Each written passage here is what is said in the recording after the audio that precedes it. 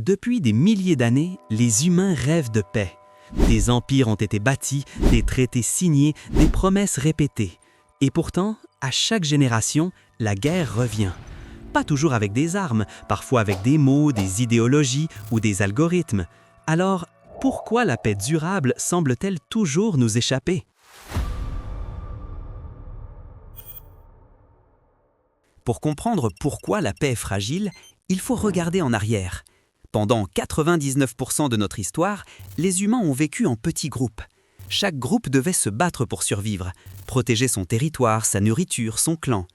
L'agressivité n'était pas un défaut, c'était un outil d'évolution. Les sociétés les plus coopératives à l'intérieur étaient souvent les plus violentes à l'extérieur.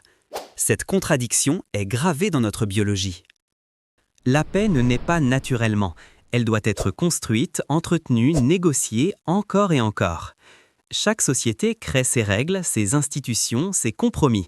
Mais ces structures reposent sur une chose fragile, la confiance. Et la confiance, elle, peut se briser plus vite qu'elle ne se crée. Un simple mensonge, un acte de trahison, une peur collective, et tout s'effondre. Aujourd'hui, nous ne manquons pas de ressources, mais de cohésion. Les conflits d'aujourd'hui ne sont plus seulement géographiques, ils sont idéologiques, culturels, numériques. Chaque bulle d'information devient un micro-monde en guerre contre les autres. L'humanité est connectée comme jamais, mais cette connexion amplifie aussi nos divisions. La paix mondiale est devenue un puzzle complexe dont chaque pièce bouge toute seule. Alors, la paix durable est-elle vraiment impossible? Peut-être, mais c'est justement pour ça qu'elle a de la valeur. Chaque génération recommence le travail, souvent sans voir les résultats. Mais sans ces efforts, le monde serait depuis longtemps en ruine. La paix n'est pas un état, c'est un processus.